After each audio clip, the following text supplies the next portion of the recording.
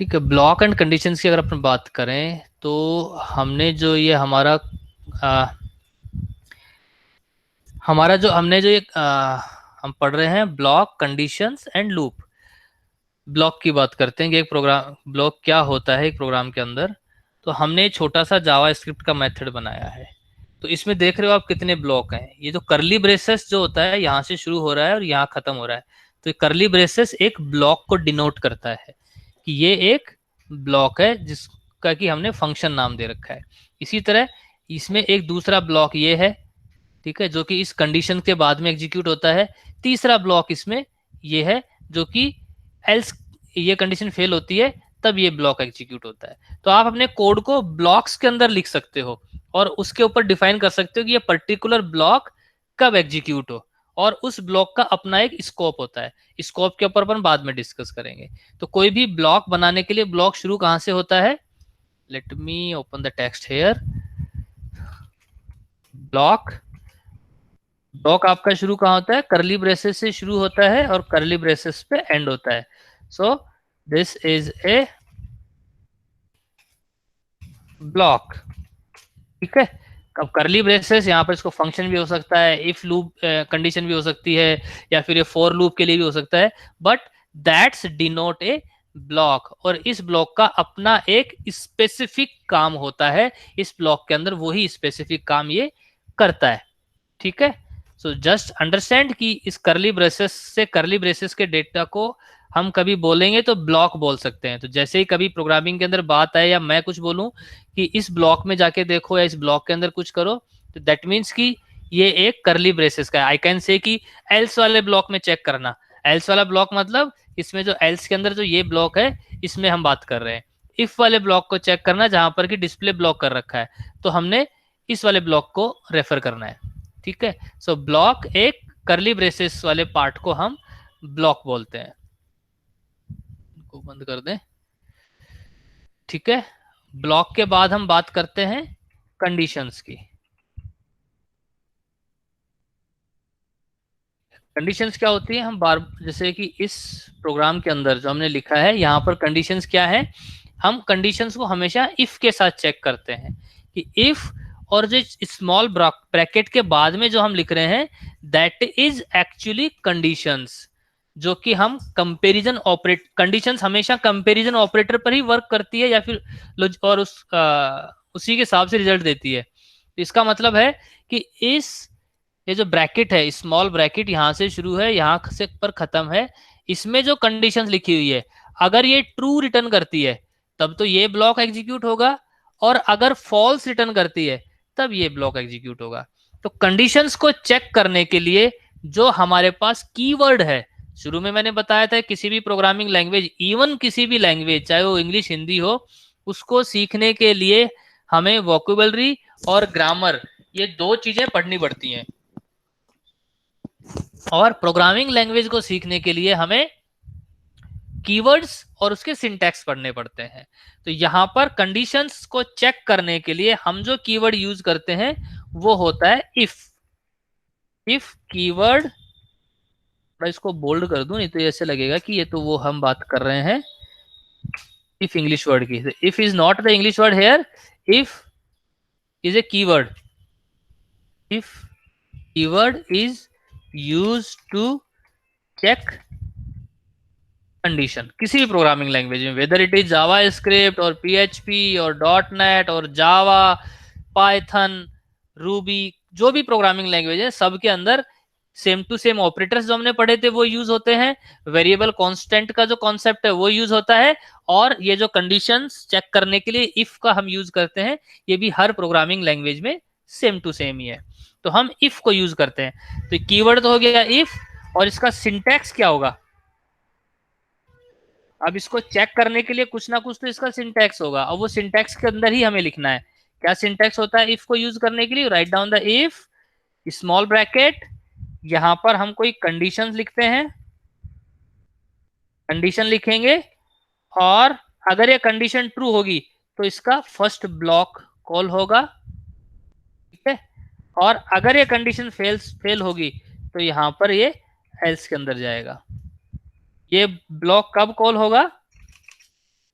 जब condition is true, ठीक है, और कंडीशन फेल हो गई तो हमारा कौन सा ब्लॉक कॉल होगा कोड का? एल्स वाला। अगर कंडीशन इज फॉल्स, ठीक है, तो ये इसका सिंटैक्स है। इस सिंटैक्स को हमने यहाँ पे यूज किया है कि इफ ये ब्रैकेट के अंदर कि उसका डिस्प्ले ब्लॉक है, अगर ये डिस्प्ले ब्लॉक है तब तो ट्रू रिटर्न करेगा, और ट्रू रिटर्न करेगा तो ये वाला code of block of code call होगा।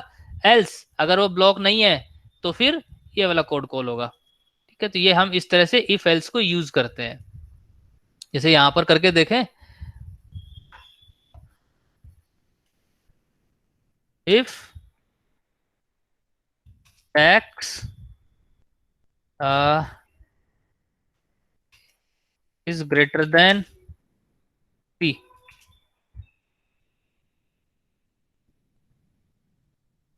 तब तो क्या होगा?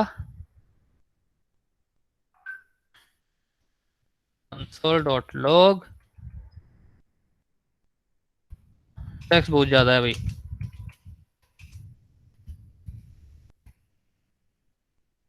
ठीक है। और अगर 3 से कम कोई हमसे टैक्स लेता है तो हम बोलते हैं console.log,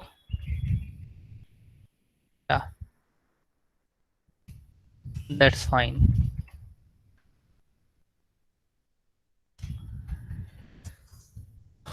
ठीक है। तो यहाँ पे क्या आ गया? टैक्स बहुत ज्यादा है। क्यों? क्योंकि इज ग्रेटर देन 3 है टैक्स तो यहाँ पर ना, तो इसलिए ये कंडीशन ट्रू हुई, इसने यहाँ पे प्रिंट कर दिया। सिमिलरली हमने जो यहाँ पे कोड किया वो भी इसी तरह से किया हुआ है। तो माय पॉइंट इज दैट कि किसी भी कंडीशन को चेक करने के लिए और उस कंडीशन के अकॉर्डिंगली हमें हमारा कोड एग्जीक्यूट करने के लिए वो स्टेटमेंट्स हम यहाँ पर लिखते हैं, ठीक है। अब ये जो इफ कंडीशंस है इसकी चेन भी बनती है, chain of conditions. Chain of conditions का सिंटेक्स क्या होगा? इफ कंडीशन, अब ये ट्रू होगी कंडीशन तो ये इस कोड में आएगा। उसके बाद में एल्स इफ, ऊपर वाली कंडीशन ट्रू नहीं है तो हम दोबारा फिर से चेक कर रहे हैं कंडीशन। इस तरह अपन कितने भी एल्स इफ तक जा सकते हैं।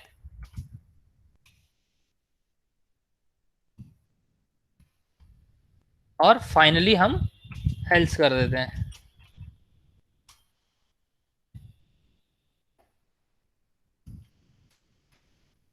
ठीक है। तो पहले इस कंडीशन को चेक करेगा, ये ट्रू है तो यहाँ पर जो कोड ऑफ स्टेटमेंट है उसको एग्जीक्यूट करेगा। अगर ये फॉल्स है तो नेक्स्ट वाली पर आएगा, यहाँ चेक करेगा, ये ट्रू है तो इसको कॉल करेगा। अगर ये भी फॉल्स है तो इस पर आएगा आपका जो इंटरप्रेटर है, यहाँ चेक करेगा कि ये ट्रू है क्या। अगर ये ट्रू है तो फिर वो यहाँ पर आपको इस कंडीशन को एग्जीक्यूट, इस ब्लॉक को एग्जीक्यूट करेगा। और अगर ये भी फॉल्स है, मतलब कि सारी की सारी फॉल्स हैं, तब वो जो बाय डिफॉल्ट एल्स है वो इस ब्लॉक को एग्जीक्यूट करेगा, ठीक है। तो इस तरह अपन चेन ऑफ कंडीशंस भी बना सकते हैं, ठीक है। तो इसको एक बार सेव कर दूं। So you know how to write down the conditions. If else को यूज करते हुए हम कंडीशंस लिख सकते हैं। इसके बाद हम बात करते हैं लूप की, या फिर इतना काफी आज के लिए। एक बार दोबारा से रिवाइव करना, जो हम लोगों ने वो एक असाइनमेंट दिया था मैंने जावास्क्रिप्ट पढ़ने के लिए, वो सारी चीजें हैं। और उसी तरह से हम ये लूप तो चलो कर लेते हैं, लूप और कर लेते हैं आज के लिए।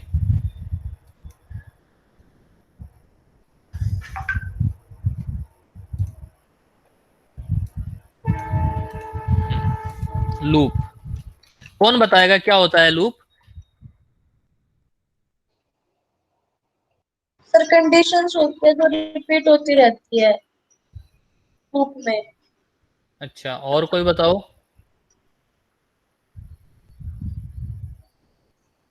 और कोई बताएगा लूप क्या होता है राकेश के अलावा? block of conditions are executed repeatedly till the condition is satisfied. ठीक है, एग्जाम्पल देके बताओ कोई। पर मैं दे सकता हूँ। हाँ तू देते भाई। सर जैसे टेबल में टू की टेबल है, उसमें टू कंटिन्यू रिपीट होता है, उसे लूप कहते हैं।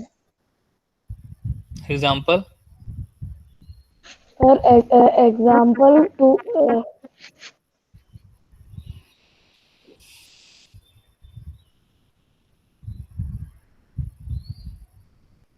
एग्जाम्पल हो सकता है 2+2 कंटिन्यू। जैसे मान लो अपने को काउंटिंग लिखनी है ना, गिनती लिखनी है, कोई टेबल लिखनी है, तो आप कैसे लिखोगे? एक सिंपल सा तरीका है तो ये है कि अगर मान लो यहाँ पर मुझे काउंटिंग लिखनी है, तो या तो मैं ये करूँ कंसोल डॉट लॉग, है ना, और इसमें करूँगा 1,2,3,4,5 100 तक लिखनी है। तो क्या मैं 100 तक ऐसे लिखता चलूंगा क्या? एक तरीका ये है ना कि आप हर एक चीज को लिख रहे हो, but that's not a dynamic thing. Error भी आ गई क्योंकि मैंने कोमा से लिखा है ना ये, that's it's counting it a string. ठीक है, तो ऐसे या तो मैं इससे लिखूँ 1 2 3 4 5 ऐसे लिखूँ। इट्स नॉट द वे कि मैं इतना सारा 100 लाइन लिखूंगा 100 के लिए।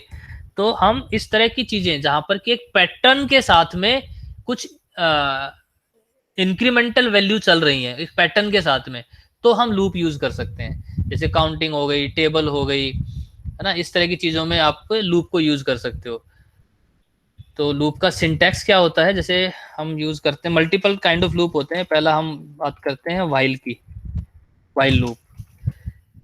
जैसे इफ था वैसे व्हाइल है, इसका व्हाइल एक कीवर्ड है, ये भी एक कीवर्ड को अपन बोल्ड कर देते हैं, तो ये भी एक कीवर्ड है व्हाइल। इसका सिंटैक्स क्या होता है,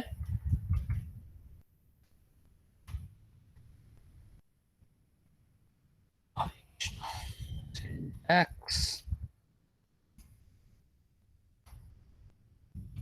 व्हाइल कंडीशन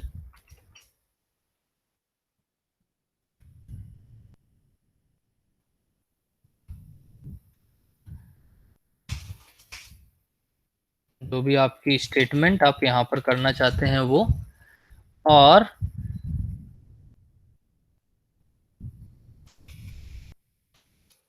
सेकंड आपका हो जाएगा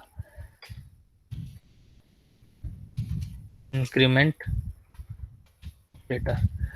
इंक्रीमेंट मतलब किसी भी तरह से, तो जैसे अपने को टेबल लिखनी है ना, या फिर हम बात करते हैं काउंटिंग की, तो how I will do that. Counting मान लो मेरे को 100 तक लिखनी है, तो व्हाइल आई एक वेरिएबल है is less than equal to 100।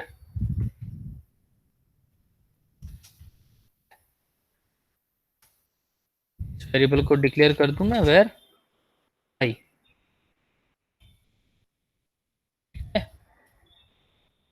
और इनिशियलाइज भी कर देता हूँ आई बराबर 0। नाउ अब यहाँ पर अगर मैं ये करूँ console dot log and I, I ये रहा, ठीक है।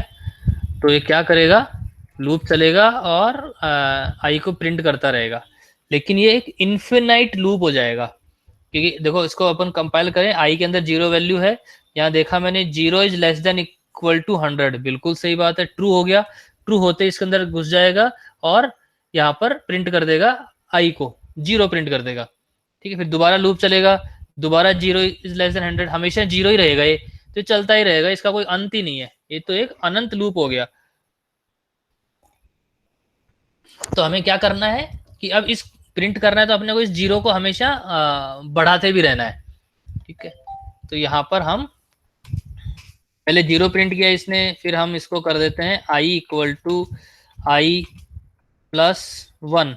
तो अब क्या करेगा, जैसे ही इसके अंदर आएगा आपका कंडीशन ट्रू हुई, इसमें आया, इसने 0 प्रिंट किया, फिर i की वैल्यू 1 बढ़ गई मतलब 1 हो गया, फिर दोबारा चलेगा 1 इज लेस देन 100, बिल्कुल 10 तक कर लेते हैं, 100 तो बहुत ज्यादा हो जाएंगे, 10 तक, i 1 इज लेस देन 10, तो कंडीशन ट्रू है तो यहाँ पर 1 प्रिंट कर दिया, फिर यहाँ पर आया ये, फिर इसने देखा कि i इज लेस, i को 2 कर दिया, 2 इज लेस देन 10, फिर 2 प्रिंट कर दिया, फिर 3 हो गया, इस तरह चलता चलता 10 तक आ गया, 10 is less than equal to 10, तो 10 प्रिंट कर दिया, इक्वल टू है, फिर i की वैल्यू 11 हो गई, फिर यहाँ पर आया कंडीशन पे 11 is less than equal to 10, और ये कंडीशन फॉल्स हो गई, तो फॉल्स होते ही अब ये ब्लॉक ऑफ कोड एग्जीक्यूट नहीं होगा, ये इससे नेक्स्ट आ जाएगा, तो यहाँ पर ये लूप का काम खत्म हो गया। तो लूप में आपके पास 3 चीजें होती हैं, पहला आपका कोई वेरिएबल जो कि इसको इनिशिएट करेगा, जैसे यहाँ पर i है, दूसरा कंडीशन क्योंकि अदर ट्रू होगी फॉल्स होगी, कंडीशन ट्रू होगा तभी आगे जाएगा, और तीसरा उसका कुछ इंक्रीमेंट या डिक्रीमेंट, इटरेटर बोल देते हैं अपन इसको, है ना, जिसकी वजह से वो इटरेट हो, नहीं तो ये अगर ये नहीं लगाता हूं मैं यहाँ पर तो क्या होगा, आपका i की वैल्यू हमेशा 0 रहेगी और हमेशा 10 से छोटी रहेगी, तो आपका जो ब्राउजर है वो समझ ही नहीं पाएगा कि रोकना कहाँ है इसको, और वो इसको चलाता जाएगा इन्फिनिट लेवल तक चलाता जाएगा, और आपके सिस्टम की मेमोरी इतनी खा जाएगा कि आपका जो ब्राउजर है वो क्रैश हो जाएगा, बंद हो जाएगा, हैंग हो जाएगा आपका सिस्टम, है ना। तो लूप के अंदर ये बड़ी सावधानी रहती है कि आपको लूप का क्लोजिंग पॉइंट जरूर आपको डिफाइन करना होता है, अदरवाइज वो इन्फिनिट लूप बन जाता है और फिर आपके काम तो करता ही रहेगा ना, कंटिन्यूस काम करता रहेगा, तो आपकी मेमोरी को कंजप्शन बढ़ता रहेगा और वो आपका ब्राउजर को क्रैश कर देगा। ठीक है, तो 3-4 चीजें होती हैं लूप के अंदर, 3 ही चीजें होती हैं, आपका असाइनमेंट कहाँ से, मतलब वेरिएबल कहाँ से शुरू हो रहा है, उसके बाद कंडीशन की उसको कब तक एग्जीक्यूट करना है, और उस कंडीशन तक पहुंचने के लिए जो भी आपका इंक्रीमेंट डिक्रीमेंट जो भी इटरेटर आप यूज करना चाहते हो वो आपको इटरेटर यहाँ पर यूज करना पड़ेगा। ठीक है, जैसे हम प्रिंट करके देखें एक बार इसको, यहाँ प्रिंट करके देखें, इसको क्लियर कर देते हैं एक बार पूरा, where i बराबर 0,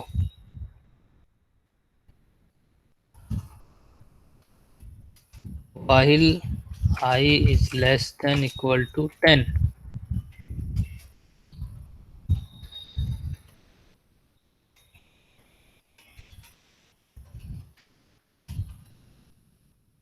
log i, हर स्टेटमेंट के बाद में आपको सेमीकोलन लगाना है। ठीक है, ये ध्यान रखना, मैंने बताया नहीं अभी आपको कि जब भी स्टेटमेंट खत्म होती है, ये where i बराबर 0 की स्टेटमेंट है, कंसोल लॉग की स्टेटमेंट है, तो इसके बाद में हमें ये लगाना है सेमीकोलन, और i equal to i plus 1। ठीक है, अब एक बार चला के देखें इसको, syntax error unexpected token, okay, क्या एरर कर दी हमने, यहाँ पर इन दोनों के बीच में स्पेस लगा दी, इसको कॉपी करके दोबारा यहाँ डाल देते हैं, मुझे नहीं पता उसका एडिट कैसे करते हैं वापस, तो ये ठीक किया मैंने इसको, और अब क्या एरर है, where i बराबर 0 syntax unexpected token equal, sir वो लेस देन इक्वल टू साथ में आएगा, चलो। अरे यार फिर से मैंने कॉपी करके हटाया नहीं क्या उसको, वो आपने है और उसके बीच में यही तो किया था पहले भी मैंने, नहीं, हाँ ठीक है, तो इस तरह से लूप चल गया और 0 से लेकर के 11 तक इसने प्रिंट किया, है ना। 11 क्यों प्रिंट किया, क्योंकि इसको कंपाइल करते हैं अपन, जैसे 0 पे आया, 0 पे आते ही 0 इज लेस देन 10, तो यहाँ पर कंसोल डॉट लॉग 0 प्रिंट कर दिया, उसके बाद में इसकी वैल्यू 1 हो गई। ठीक है, तो जब इसकी वैल्यू 10 होगी, 10 इज लेस, 0 से शुरू किया है, 11 क्यों प्रिंट किया इसने, जब इसकी वैल्यू 10 है, 10 is less than equal to 10, तो यहाँ पर ये 10 प्रिंट कर देगा, और उसके बाद यहाँ पर आएगा i equals to i plus 1, और वो 11 इसलिए प्रिंट करा होगा क्योंकि 10 तो आखिरी नंबर है, 10 एक नंबर हो रहा है डिवाइड, तो 11 आएगा। एक्चुअली जो i equals to I plus one है ना, ये बाद में कॉल होता है, इसलिए वो 11 भी प्रिंट करेगा। अगर अपने को 1 से 10 प्रिंट करना है, देन लेट्स इट पेस्ट, ये हटा देते हैं, तो 0 से 10 तक प्रिंट हो गया। तो दैट्स, हम लूप को इस तरह से यूज करते हैं। इस अगर टेबल अपने को बनानी है तो मैं असाइनमेंट में दूंगा आपको कि टेबल आपको लूप के थ्रू क्रिएट करनी है। इसी तरह से जैसे वाइल होता है, इसी तरह हमारा एक जो दूसरा लूप होता है, लूप के लिए मल्टीपल कीवर्ड्स होते हैं। एक होता है डू वाइल,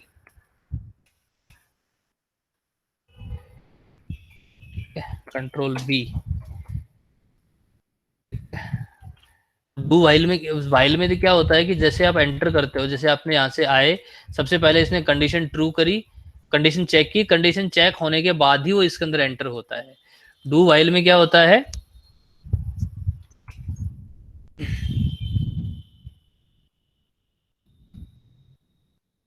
आपकी जो कंडीशन है वो आखिरी में जाके चेक होती है। तो इससे क्या होगा कि आपका एक बार चाहे कंडीशन गलत हो या सही हो, एक बार तो इस ब्लॉक के अंदर वो आएगा ही आएगा, कंडीशन फॉल्स हो या ट्रू हो, एक बार तो इस कंडीशन के अंदर आएगा ही आएगा। ठीक है, तो ये आप एक बार इसको पढ़ना W3 स्कूल के ऊपर या कहीं और पर कि कैसे ये यूज होता है। ठीक है, आज के लिए हम लूप पर ही खत्म करेंगे, और अब मैं कुछ प्रैक्टिस के लिए आपको असाइनमेंट दे देता हूँ ना। कुछ डाउट अभी तक इसमें? सर फॉर लूप और दे देते सर। फॉर लूप, हाँ ठीक है।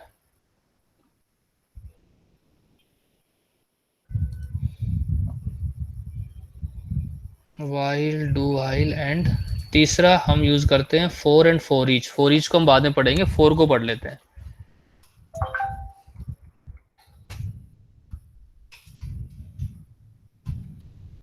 अभी सिंटैक्स लिखता हूं, फोर, इसका सिंटैक्स पूरा करते हैं। यहाँ पर सबसे पहले वेरिएबल डिक्लेयर करना पड़ेगा आपको, जैसे वेर आई बराबर 0,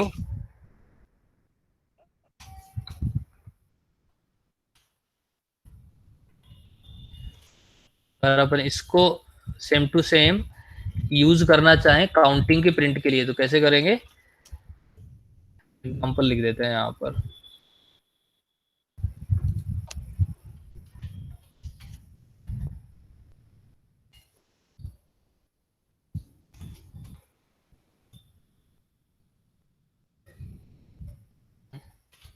वेर आई बराबर 0, और यहाँ पर हम प्रिंट कर देते हैं कंसोल डॉट लॉग आई। अभी तक कंडीशन चेक ही नहीं हुई, आई सबसे पहले प्रिंट होगा ही होगा। और यहाँ पर हम कंडीशन लगाते हैं I less than equal to I less than 10। ठीक है, सेम टू सेम वर्क करेगा जैसा अपना वाइल ने वर्क किया है। इसी तरह फॉर लूप का सिंटैक्स होता है कि फॉर के अंदर आप तीन चीजें लिखते हो, तो जो भी डिक्लेरेशन है आप अंदर ही करते हो। आई बराबर 0, पहले वेरिएबल डिक्लेयर किया मैंने वेर आई, और उसके बाद मैंने वेरिएबल को वैल्यू दी 0। हाँ, उसके बाद में हम लिखते हैं conditions, I is less than 10, और उसके बाद में हम उसका इंक्रीमेंट लिखते हैं आई प्लस प्लस। तो ये जो हम आई, इसमें भी हमें करना पड़ेगा आई प्लस प्लस। तो ये भी एक तरह का ऑपरेटर है, इंक्रीमेंट ऑपरेटर, जो अभी हमने कोड में जो यूज किया था यहाँ पर आ गया। ये जो हमने i equal to I plus one लिखा, इसको हम i प्लस प्लस भी लिख सकते हैं। ठीक है, तो i प्लस प्लस का मतलब ये स्टेटमेंट होती है कि उसके अंदर एक से हम इंक्रीमेंट कर रहे हैं। ठीक है, तो यहाँ पर हमने लिख दिया i प्लस प्लस, या फिर इसका मतलब होगा आपका i equal to I plus one. इसकी शॉर्ट फॉर्म में हम इसको i प्लस प्लस भी लिख देते हैं। यहाँ पर मैंने किया i plus plus, and then यहाँ पर जो भी आपकी स्टेटमेंट है, लेट से हमने कंसोल डॉट लॉग प्रिंट कर दिया आई,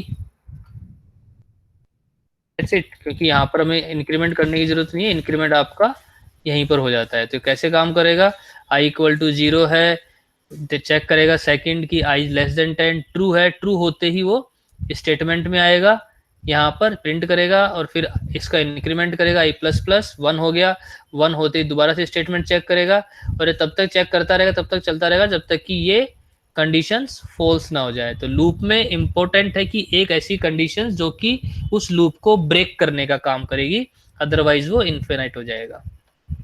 तो ये 3 लूप है जो आपको पढ़ने हैं, while, do while and for. ठीक है, सेव कहाँ से करूँ इसको? For loop save. से भी टेबल बन सकती है ना? हर लूप से बन सकती है टेबल, किसी भी लूप से बना दो, टेबल में क्या है।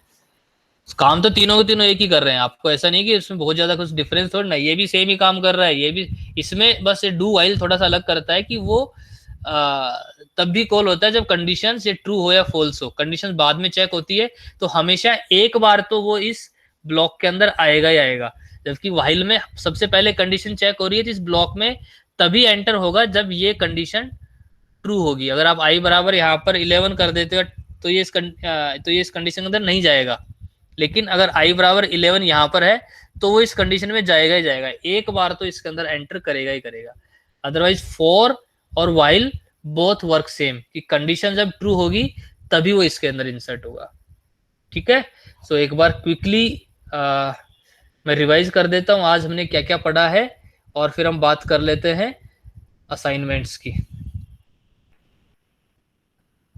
हमने पढ़ा है कि प्रोग्रामिंग क्या होती है, जावास्क्रिप्ट प्रोग्रामिंग का यूज क्या है, और किसी भी प्रोग्रामिंग के अंदर जो बेसिक कॉन्सेप्ट्स हैं कि कौन सा एडिटर यूज करना है, कैसे एग्जीक्यूशन करना है, स्टेटमेंट क्या होती है, एक्सप्रेशंस का क्या होते हैं, डेवलपर कंसोल जो जावास्क्रिप्ट को डिबग करने के लिए यूज में आता है,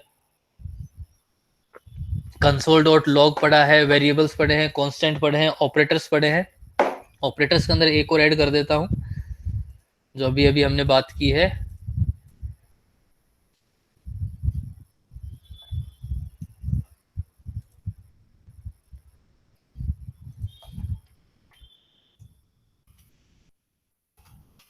इंक्रीमेंट डिक्रीमेंट ऑपरेटर। ये ऑपरेटर होते हैं आपके plus plus and minus minus. Plus plus का मतलब अगर मैं करूं यहाँ आई प्लस प्लस अगर मैं करता हूं, इसका मतलब है आपके I equal to I plus 1, एक से उसमें इंक्रीमेंट कर देता है। और अगर मैं करूं आई माइनस माइनस, तो इसका मतलब है कि वो आपके I equal to I minus 1, एक से उसको डिक्रीज कर देता है। ठीक है, तो ऑपरेटर पढ़े हैं हमने। ऑपरेटर के बाद में हमने पढ़े हैं कंडीशंस, ब्लॉक्स एंड लूप्स। ठीक है, तो इन सबको आप एक बार रिवाइज करना। Assignment, let me create the assignment. Recording बंद कर दूं?